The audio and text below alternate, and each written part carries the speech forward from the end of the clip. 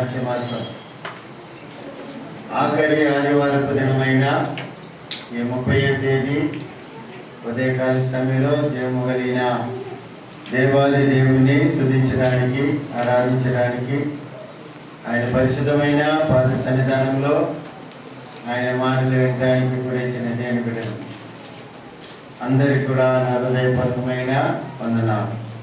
ఎంతోమంది ఈ సమయాన్ని రోజును చూడని వారు ఉన్నారు. ఎవరైతే మనందరినీ కూడా ప్రేమించి తన దయను, తన వాత్సల్యతను మన ఎడల నూతనపరిచి మనల్ని నడిపిస్తున్నటువంటి చక్కని నడిపింపును బట్టి జీవాధిపతి అయిన దేవాది దేవుణ్ణి ఎంతైనా కూడా ఆయన స్తుతించేవారంగా, కనపరిచేవారంగా, ఈ భూమి మీద ఆయన చిత్తమేంటో తెలుసుకొని ఆయన చిత్తములో ఇష్టంలో జీవించే దేవుని ప్రజలంగా మనం ఉండాలని మిమ్మల్ని ప్రేమతో కోరుతున్నాను. హల్లెలూయా. కడవరి దినాలు ఉన్నాము. పరిశుద్ధ లేఖనములో రాయబడినటువంటి ప్రతిదీ కూడా ఇప్పుడు మనం కనులారా చూస్తున్నాము, వింటున్నాము. యుద్ధములు, యుద్ధ సమాచారాలు, భూకంపాలు ఇవన్నీ కూడా మనం చూస్తున్నాము, వింటున్నాము. కాబట్టి ఇవన్నీ కూడా ఏమి బోధిస్తుందంటే యేసయ్య రాకడను బోధిస్తుంది. అక్రమము విస్తరించింది అనే సంగతి కూడా మనకు అర్థమవుతుంది.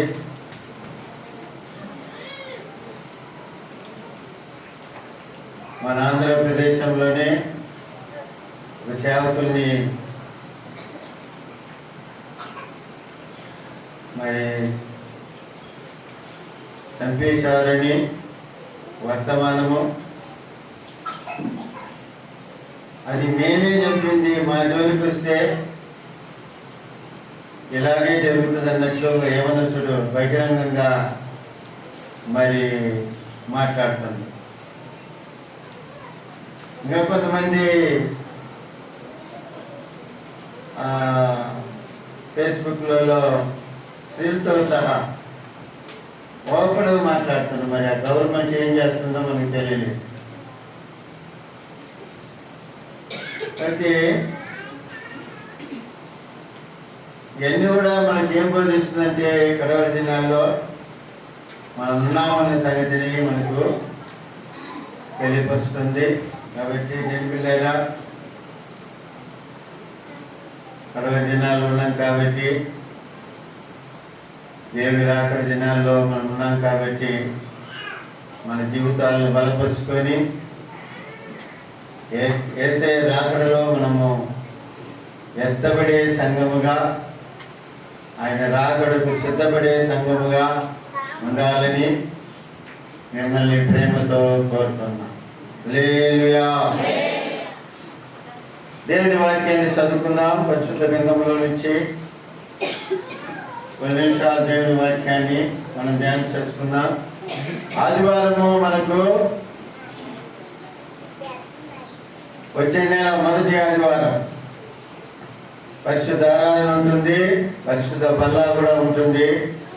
దేవుని బిడ్డలు కలుసుకొనండి, దేవుని ఆశీర్వాదాలు పొందండి. పై ఆదివారం 13వ తేదీ మండల ఆదివారం ఉంటుంది. దేవుని బిడ్డలు కలుసుకొనండి. అలాగనే మళ్ళా 13 తర్వాత వచ్చే శుక్రవారం గుడ్ ఫ్రైడే ఆరాధన ఉంటుంది. ఎవరెవరు ఏ మాటలు చెప్పడానికి సిద్ధపడుతున్నారో సిద్ధపడండి. మీ పేర్లు మాకేయండి. దేవుడు మిమ్మల్ని బలపరచును గాక.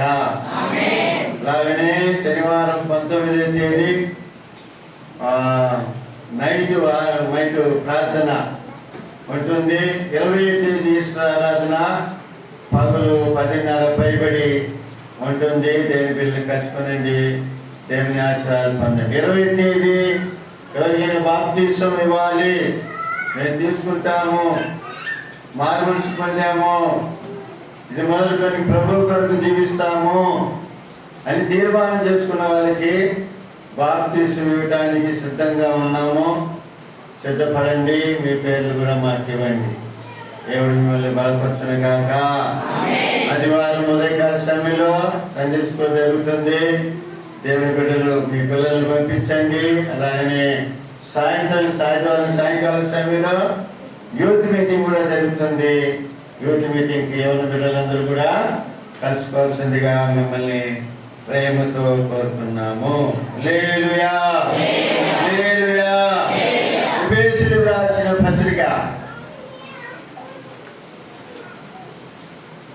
3వ అధ్యాయము 20-21వ వాక్యాన్ని చదువుకున్నాం.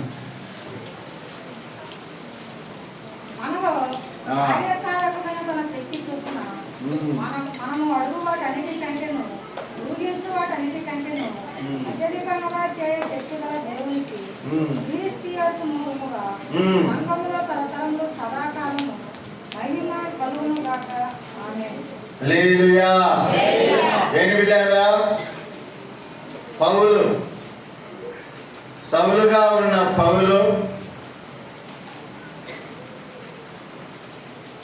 సౌలుగా ఉన్నటువంటి పౌలు మార్చబడిన తర్వాత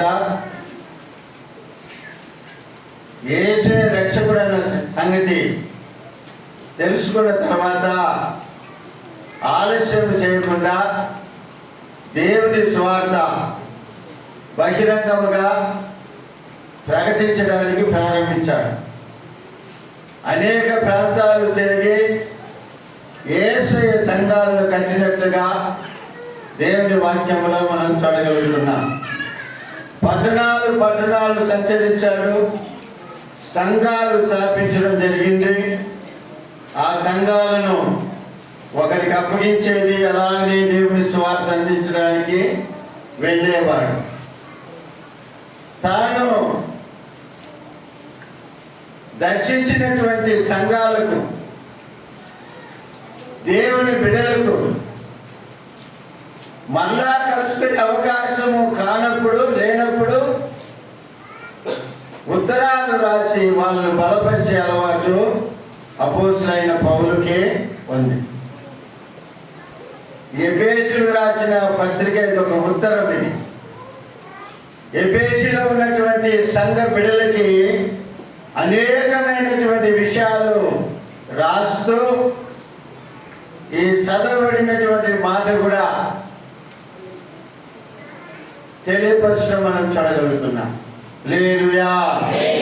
ఏమంటున్నాడు అంటే, దేవులారా, మనలో కార్యసాధకమైనటువంటి తన శక్తి చొప్పున మనము అడుగు వాటి కంటేను ఊహించు వాటి కంటేను అత్యధికముగా చేయటానికి శక్తి గల దేవుడు.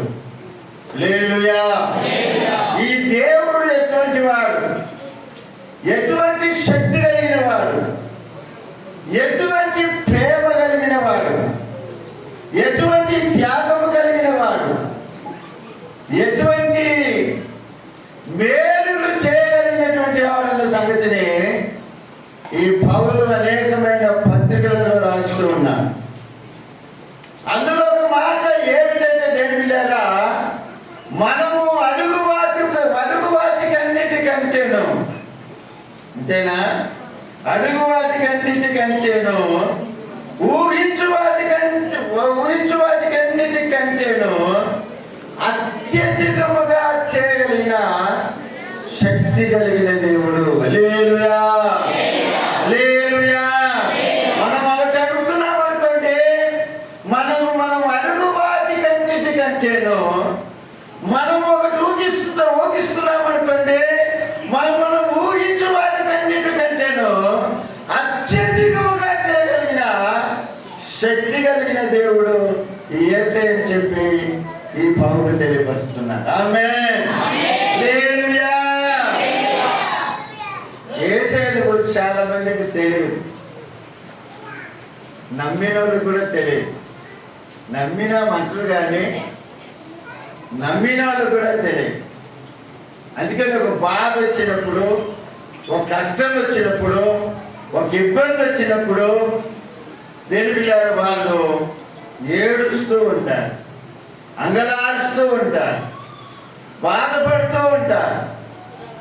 కారణం ఏమిటంటే దేని పిల్లారా, వారిలో ఉన్నటువంటి అవిశ్వాసాన్ని బట్టి, వారిలో ఉన్నటువంటి దేవుణ్ణి సరైన రీతిలో అవగాహన చేసుకోలేదు కాబట్టి దేని పిల్లారా వారికి వచ్చే బాధను బట్టి వాళ్ళు ఏడుస్తూ ఉంటారు. ఆమేన్. హల్లెలూయా. అయితే దేవుడు ఎటువంటి వాడు, ఆయన శక్తి ఎటువంటిది, ఆయన మహిమ ఎటువంటిది, ఆయన ప్రభావం ఎటువంటిది, ఆయన ఎటువంటి దేవుడు అన్న సంగతిని అర్థం చేసుకున్న వాళ్ళు ఎన్ని సమస్యలు వచ్చినా, ఎన్ని పోరాటములు వచ్చినా, ఎన్ని ఇబ్బందులు వచ్చినా ఆ దేవుని మహిమపరుస్తూ ఉంటారు. ప్రియమైన దేవుని పిల్లలు, హల్లెలూయా. అందుకనే భక్తులు వాళ్ళ అనుభవంలో వచ్చి ఎన్నో రకాలైన పాటలు పాడుతా మనం చూడగలుగుతాం. హల్లెలూయా. పాట ఏంది?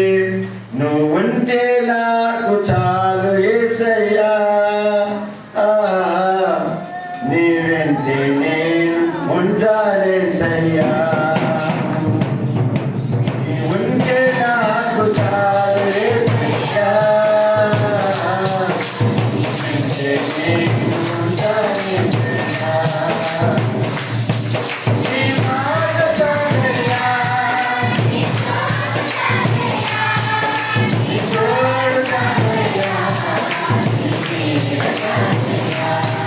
నీ మాట చాలయ్యా, నీ తోడు చాలయ్యా,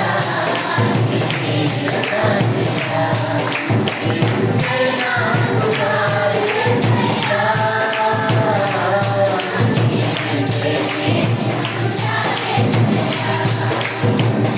ఎన్ని బాధలు ఉన్నా,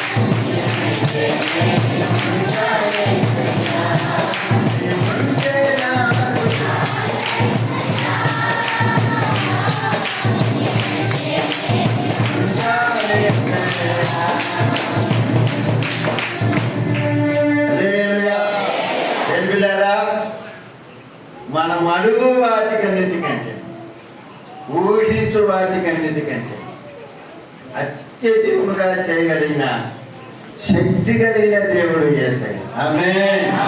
హల్లెలూయా, హల్లెలూయా. పరిశుద్ధ లేఖనంలో దేని పిల్లారా, పేతురు ఊహకు కూడా అనుకొని ఉన్నాడు. పేతురు ఊహకు కూడా అనుకొని ఉండేవాడు కాదు, అనుకొని ఉండడు. ఏమని?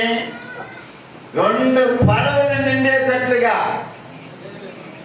చేపలు పట్టుకుంటాను, నేను వలవేసిన స్థలంలోనే మళ్ళా వలన వేయడం ద్వారా చేపలు దొరుకుతాయని అనుకొని ఉండేవాడు కాదు. హల్లెలూయా.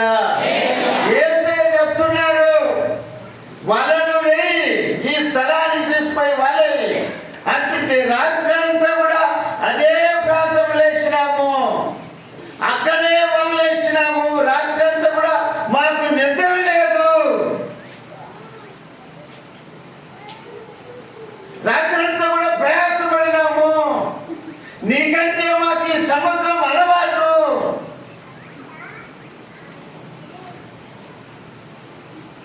అయినా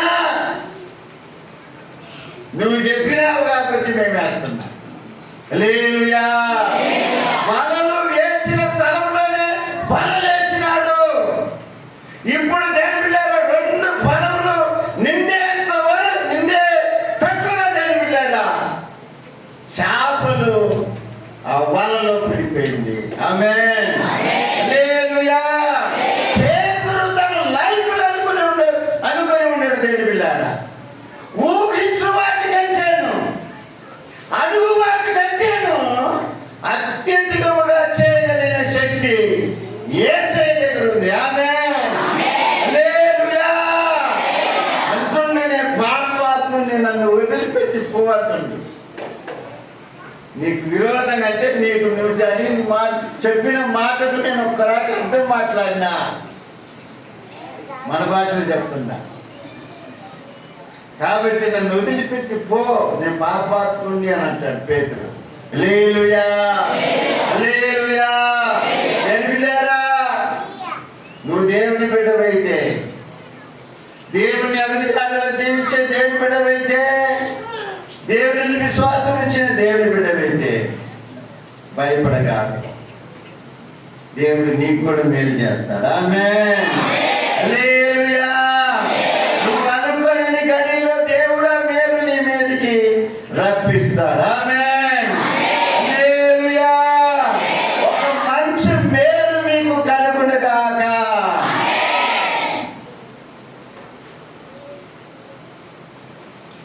ఒకవేళ బాధపడుతూ ఉండవచ్చు, దిగులు పడుతూ ఉండవచ్చు, అంగలారుస్తూ ఉండవచ్చు, ఈ సమస్యల నుంచి, ఈ కష్టంలో నుంచి, ఈ ఇబ్బందుల నుంచి, ఈ బలహీనతల నుంచి, ఈ పోరాటంలో నుంచి, ఈ సమస్యల నుంచి నాకు విడుదల లేదా అని అంగలారుస్తూ ఉండవచ్చు. పేతురు జీవితంలో అద్భుతాలు చేసిన దేవుడు, మేలు చేసిన దేవుడు, ఊహించు వాటికంటేను అడుగు వాటికంటేను అత్యధికము చేసినటువంటి దేవుడు నీ జీవితంలో కూడా అటువంటి కార్యములు చేయడుగాక.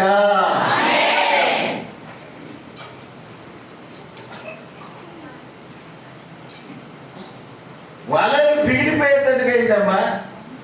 ఎంత ఆశ్చర్యం చూడు. అది మీరు చదివితే లూకాసు వార్త 5వ అధ్యాయం మీరు చదువుకుంటూ పోతే చాలా మెత్తగా ఉంటుంది, చాలా ఆశ్చర్యం ఉంటుంది. దేని బిడ్డారా, అప్పుడు దేవుని బిడ్డగా ఉండి దేని బిడ్డారా మనం ఏం చేయాలా? ఆయన యందు విశ్వాసం ఉంచాలి. హల్లెలూయా, హల్లెలూయా. నేను నా దేవుని యందు విశ్వాసం ఉంచి ఉన్నాను, నా దేవుడు అద్భుతాలు చేయలేని అంగలాస్తున్నటువంటి దేవుని బిడ్డలకి ఆ తగిన కాలములో అద్భుతం చేయనుగాక. హల్లెలూయా. ఆయన చేస్తాడు, దేవుని బిడ్డ చేస్తాడు.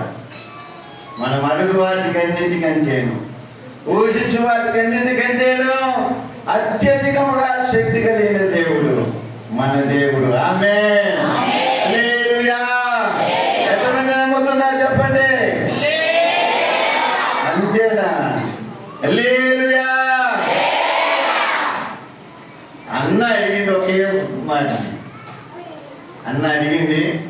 ఎంతమందిని అడిగింది? ఒక్క కొడుకు సార్లు పనులు. మరి ఎంతమందిని ఇచ్చింది? అయితే తెలుసా మీకు ఎంతమందిని ఇచ్చిండు ఆయన అన్నకి? ఒక్క కొడుకే అడిగింది అన్న. మరి ఎంతమందిని ఇచ్చిండు ఏంటి?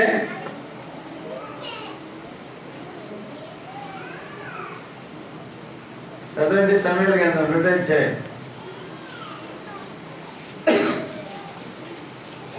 సమయాలు కింద 2 వచ్చాయేమో.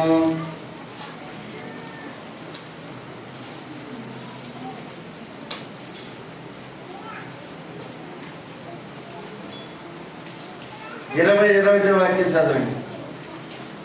యెహోవా సన్నిధిని మనవి చేసుకునగా నీకు దొరికిన సంతానమునకు ప్రతిగా యెహోవా నీకు సంతానించునుగా. కానీ ఏలి ఎల్కాను అతని భార్యని దీవించిన తర్వాత వారింటికి వెళ్ళిరి.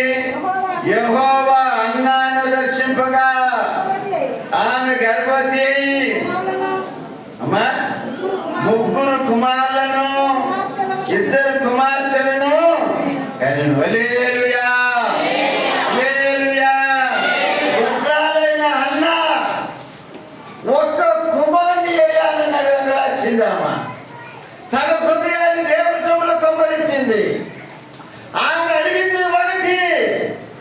ఆమె అడిగిన వాటికంటే ఊహించిన వాటికంటేను అత్యధికమైనటువంటి కార్యాలు ఆమె జీవితంలో దేవుడు చేశాడు. ఆమేన్, హల్లెలూయా. అటువంటి ఆ కార్యాలు తెలిపిండారా పరిశుద్ధాత్మ దేవుడు మీ జీవితంలో కూడా చేయడుగాక.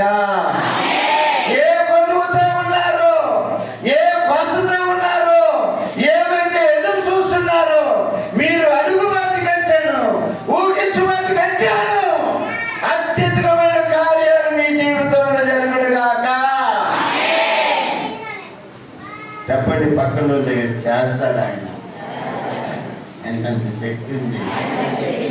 నువ్వు ఏది వింటుడు దేవుని నమ్ము. దేవుని నీ జీవితంలో అద్భుతాలు చేయనుగాక. ఆమేన్. చదవండి.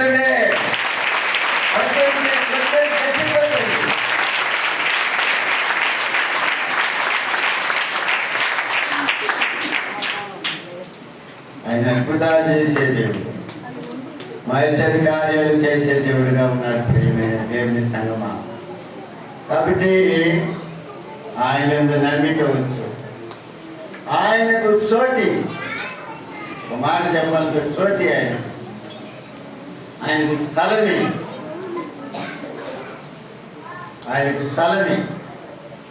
ఆయన జీవితంలో అద్భుతాలు చేయకపోతే అప్పుడు సరైన స్థానం ఆయనకి ఆయన నీ జీవితంలో అద్భుతాలు చేస్తాడు. ఆమేన్. పేతురు తన ధోనినే ఇచ్చేశాడు.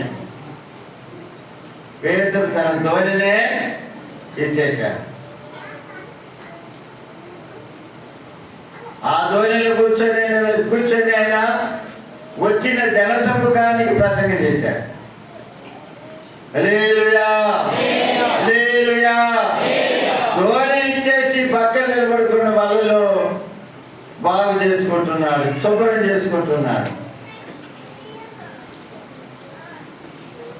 నీవు కూడా ఆ విధంగా ఇవ్వగలిగితే, ఆ విధంగా దేవుని మీద విశ్వాసం ఉంచి ఆయన మాట ప్రకారము నువ్వు జీవించగలిగితే ఆయన నీ జీవితంలో కూడా నువ్వు అడుగు వాటికంటేను ఊహించు వాటికంటేను అత్యధికమైన కార్యాలు చేయగలిగిన శక్తి ఆయన యొద్ద ఉంది అన్న సంగతిని గుర్తుపెట్టుకోవాలి. ఆమేన్, హల్లెలూయా. ఆయన నీ జీవితంలో అద్భుతాలు చేయడుగాక. ఎవరు ప్రసంగం చేస్తుంది? ఊరమ్మా సరే వేసుకుంటే అవుతుంది. ఓహో, అబద్ధం నీ కొడుక లోపలికి తీసుకోమా.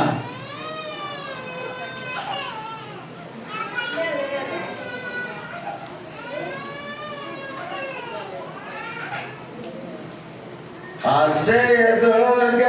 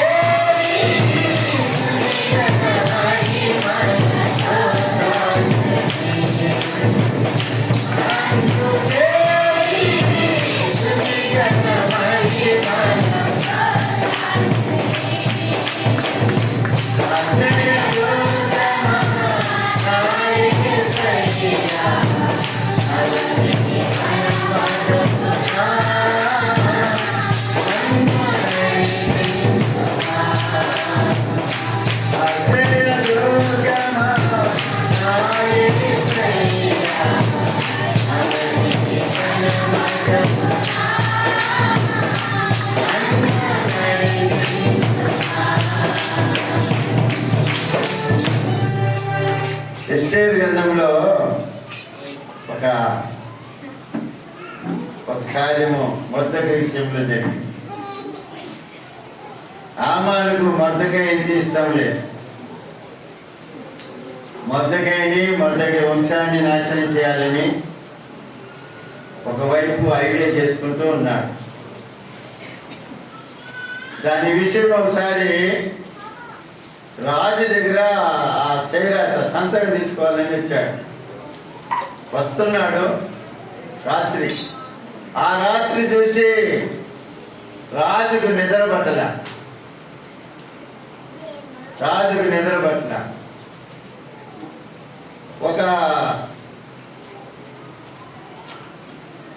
ఆ కాలంలో దేశంలో ఏమి జరిగినా కూడా ఆ జరిగిన సంభవాన్ని ఒక గ్రంథంలో రాసే అలవాటు ఉంది. ఇప్పుడు మన కదా ఏదైనా ఒకటి జరిగితే డైరీలో రాసుకుంటాం కదా. నేను పలానా దిక్కుపోయినా, మా చుట్టాల్లో ఇంటికి పోయినా, మా ఫంక్షన్కి పోయినా, మా వాళ్ళ దగ్గరికి పోయినా, పలానా రోజు ఊరికి పోయినా అని డేట్ వేసి రాసి పెడతాను. అది కాలాలు గడిచిన తర్వాత అదొక చరిత్ర గది. మనం పోయిన కార్యాలు మనం చదువుకుంటూ ఉంటే మన మనసుకి అది సంతోషం ఉంటుంది. ఇన్ని దగ్గర ఈ సంవత్సరం ఇన్ని దగ్గర తిరిగినానా అని ఒక ఆశ్చర్యం కూడా మనకు వేస్తూ ఉంటుంది. ఆ విధంగా దేని వెళ్ళారా రాజు ఒక రాత్రి నిద్ర పట్టినందువల్ల ఆలోచన చదవండి. మొదటి వాక్యం. మా రాత్రి నిద్ర పట్టకపోయినందున రాజ్యపు సమాచార గ్రంథము సమాచార గ్రంథం అంటది. అంటే గత దినాల్లో ఏమేమి జరిగిందో ఆ సమాచారాలన్నీ కూడా అక్కడ రాసి ఉంటారు. ఆ సమాచార గ్రంథాన్ని తెమ్మని రాజు ఆజ్ఞ ఇయ్యగా అది రాజు ఎదుట చదివి వినిపించబడిను. ఆ ద్వారపాలకులైన బిక్తాను తెరస్సు అను రాజు యొక్క ఇద్దరు నపుంసకులు రాజైన అహష్వేరోషును చంప యత్నించిన సంగతి మొర్దెకై తెలిపినట్లు అందులో రాయబడి ఉన్నది. రాజు ఆ సంగతి విని ఇందు నిమిత్తము మొర్దెకైకి బహుమతి ఏదైనాను ఘనత ఏదైనాను చేయబడిన అని అడుగ్గా రాజు సేవకులు అతనికి ఏమీ చేయబడలేదని ప్రత్యుత్తరం ఇచ్చినారంట. అప్పుడు ఆవరణంలో ఎవరో ఉన్నారని రాజు చెప్పాను. అప్పటికి హామాను తాను చేయించిన ఉరికొయ్య మీద మొర్దెకైని ఉరి తీయింప సెలవుమని రాజుతో మనవి చేయటానికి రాజునగరి యొక్క ఆవరణంలోనికి వచ్చి ఉండెను. రాజు సేవకులు ఏలినవాడా చెంతగించము, హామాను ఆవరణంలో నిలబడి ఉన్నాడని రాజు చెప్పగా రాజు అతన్ని రాణిలోని సెలవిచ్చి అందున హామాను లోపలికి వచ్చాను. రాజు అంటున్న రాజు కనపరచని అపేక్షించడానికి ఏమి చేయాలని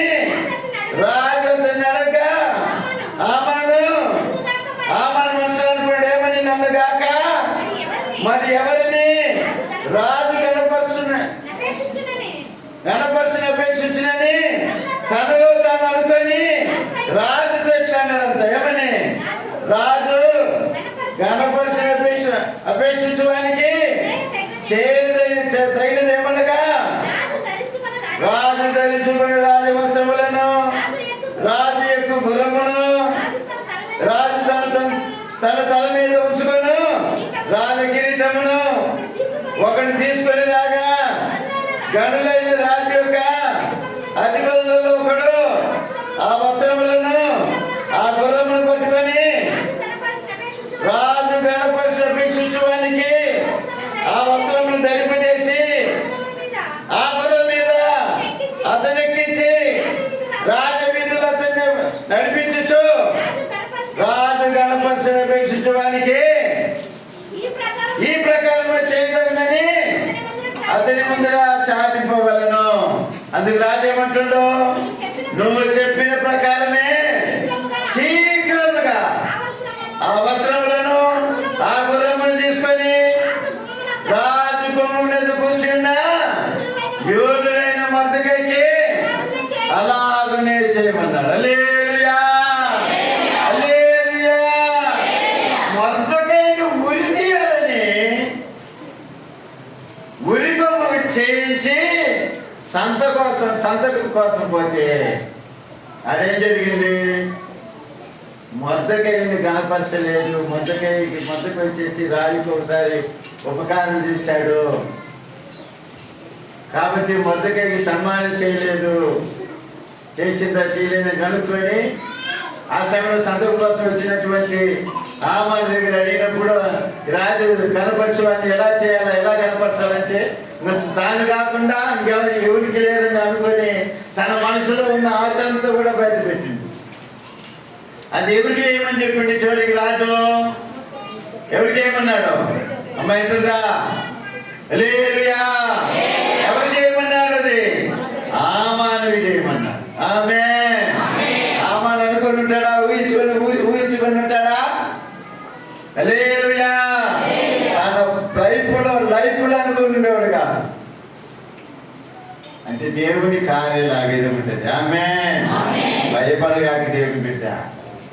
నువ్వు కింద ఉన్నావు అనుకునేవు, నువ్వు కిందనే ఉండవు. హల్లెలూయా. ఒక రోజు నిన్ను ఇచ్చిస్తాడు ఆయన. ఒక రోజు నువ్వు నీ పరిస్థితి మారిపోద్ది. హల్లెలూయా, హల్లెలూయా.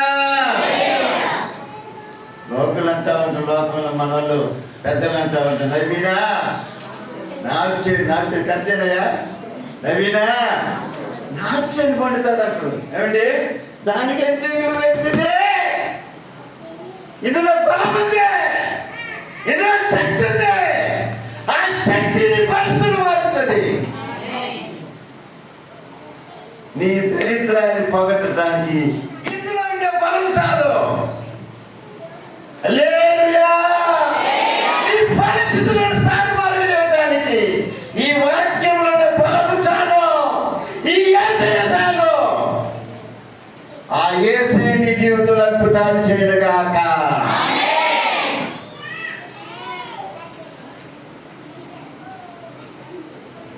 ఒక శతాధిపతి వచ్చిండు, ఆయనకు మొక్కిండు.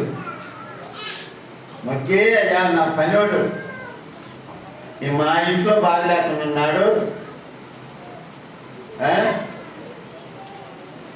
ఆయన ఒకసారి స్వస్థపరచండి అయ్యా అని అన్నాడు. అప్పుడు వేసి ఏమన్నాడంటే, అదే పదపా అన్నాడు.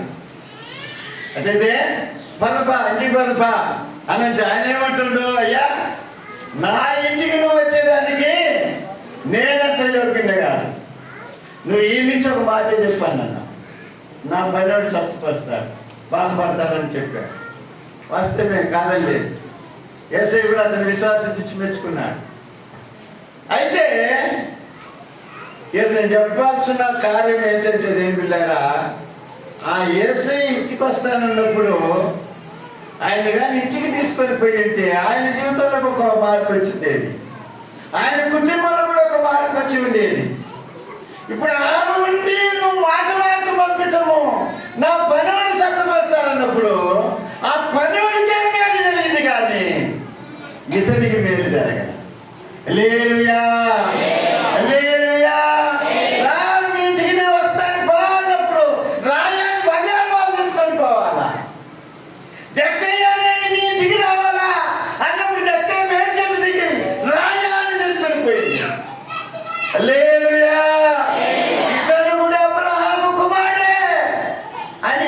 ఊహించుకున్నాడు జక్కయ్య. హల్లెలూయా, హల్లెలూయా. ఎంత మంచి దేవుడు చూడండి పిల్లారా. ఆ దేవుడు మనం అడుగు వాటి కంటేను ఊహించు వాటి కంటేను అత్యధికమైన కార్యాలు చేయగలిగినది. ఆయన నమ్మాలి. ఈ మనసంతా నీవే.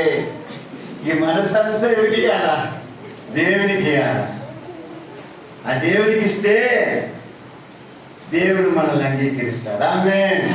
మన జీవితంలో ఒక గొప్ప కార్యాలు చేస్తాడు. మనం అనుకున్న దానికంటే ఊహించు వాటికంటే అడుగు వాటికంటే అత్యధికమైన కార్యాలు ఆయన మన జీవితంలో చేస్తాడు. ఆమేన్. హల్లెలూయా. పస్కా పండుగ వచ్చింది. పులియని రొట్టెల పండుగ వచ్చింది. ఆఖరిగా పస్కా ఆచరించాలా. ఆయన శిష్యులు వచ్చి ఈసారి ఎక్కడ మన పస్కా పండుగను ఆచరించాలి, పులియని రొట్టెల పండుగలు ఎక్కడ ఆచరించాలని అడుగుతున్నారు. వెంటనే ఆయన ఏమంటున్నారు, ఇట్లా ఆ ఊర్లోకి పోండి, ఒక మనిషి బిందెత్తుకొని నీళ్ళెత్తుకొని బుడ మీద పెట్టుకొని పోతా ఉంటాడు. ఆ మనిషిని ఫాలో చేయండి. ఆ మనిషిని ఫాలో చేయండి. ఆ ఇంట్లోకి పోయిన తర్వాత చదవండి అన్నమాట. నేను చెప్పేదానికైతే సరిగ్గా ఇంకా బాగుంటుంది. లూకా సువార్త 22వ అధ్యాయం 22వ అధ్యాయము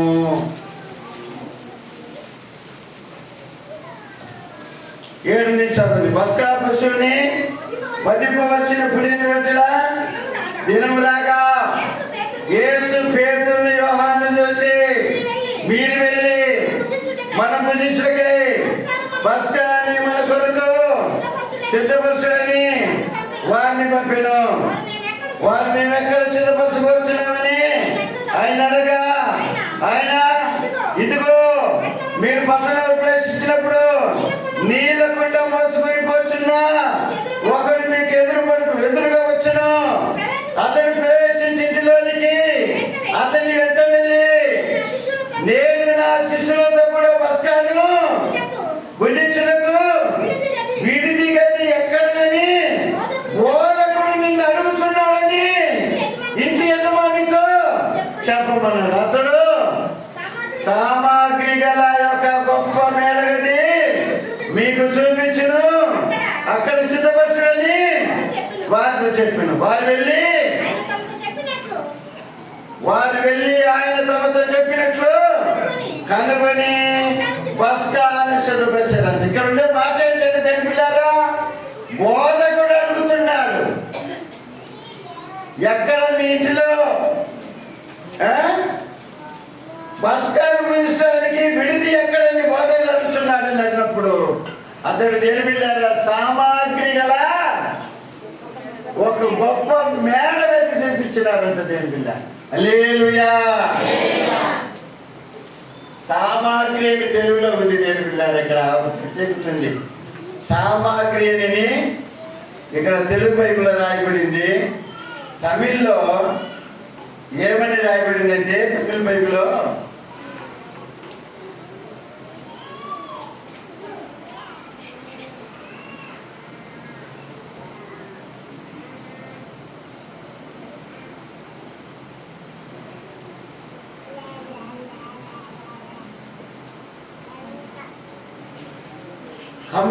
కంబలం అని రాయబడింది.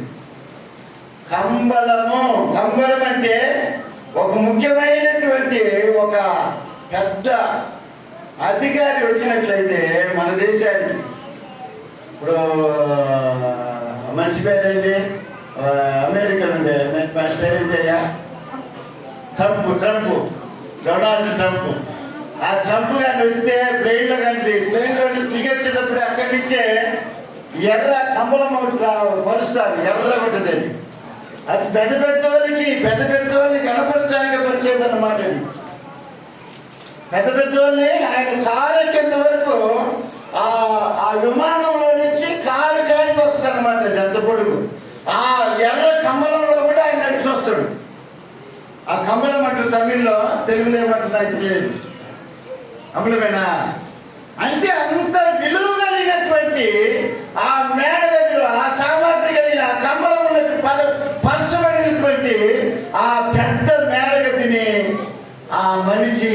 విధాలుగా మనం చూడగలుగుతున్నాం. హల్లెలూయా, హల్లెలూయా. ఆ విధంగా మనము కూడా ఆ దేవునికి మన హృదయాన్ని, మన విశాలమైన సంపూర్ణమైన హృదయాన్ని దేవునికి ఇవ్వగలిగితే, దేవుని బిడ్డలారా,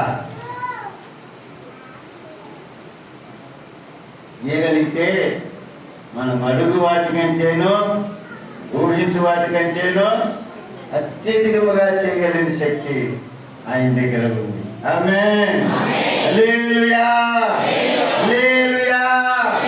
ఆదికాండము 4:4లో చూస్తే దేవుడు యెహోవా ఏబేలును అతని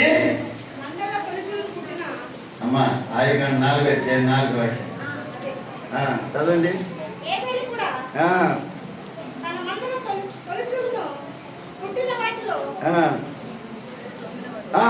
చదవండి అంతే. చదవండి.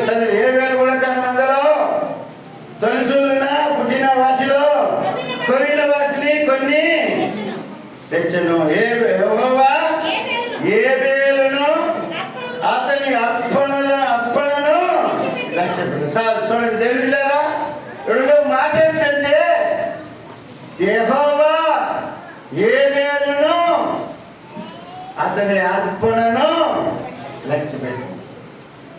ఏబేలును బాగా గమనించండి, అతని అర్పణను లక్ష్యపెట్టాడు. అంటే ఏబేలు ఏం చేశాడు? తన మనసునంతా, తన హృదయాన్ని దేవునికి సంపూర్ణంగా అప్పగించినాడు. అందువల్ల దేవుని బిడ్డలారా, అతని అర్పణను దేవుడు అంగీకరించినాడు. హల్లెలూయా, హల్లెలూయా. కయ్యోను ఆ విధంగా చేయలేదు కాబట్టి అతన్ని అంగీకరించలేదు, అతన్ని అర్పణ దేవుడు అంగీకరించలేదు. హల్లెలూయా. కాబట్టి దేవుని బిడ్డలారా, మన హృదయాన్ని సంపూర్ణంగా దేవునికి అర్పించడము గాక.